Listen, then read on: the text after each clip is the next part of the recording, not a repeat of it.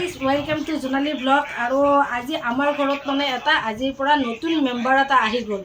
কোন মেম্বাৰ মই আপোনালোকক দেখাই আছোঁ। আমাৰ মেম্বাৰটো হৈছে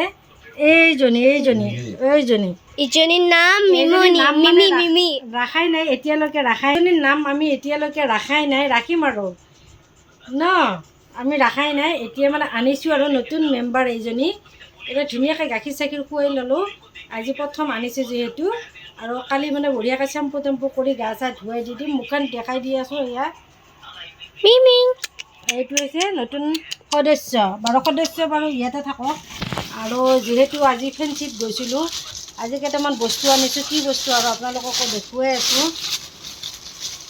টেন এইটো এটা মানে ঘৰত সজাই থবৰ কাৰণে আনিছোঁ দেই। মানে গোটেই নুখুলোঁ, পলিথিনটো হেৰি হৈ যাব। এইটো এটা আনিছোঁ। তাৰপিছত আছে আৰু গাইজ এইটো এটা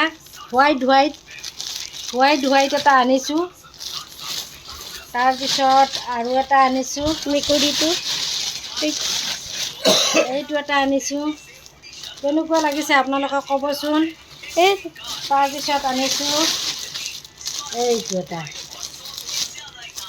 এটা মানে সজাই থবৰ কাৰণে আনিছোঁ এইকেইটা।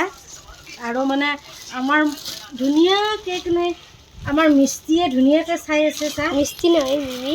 আৰু নহয়, তাইৰ নাম মানে কি নাম ৰাখিম এতিয়ালৈকে ভাবিয়ে পোৱা নাই। কি নাম ৰাখিম তোমাৰ?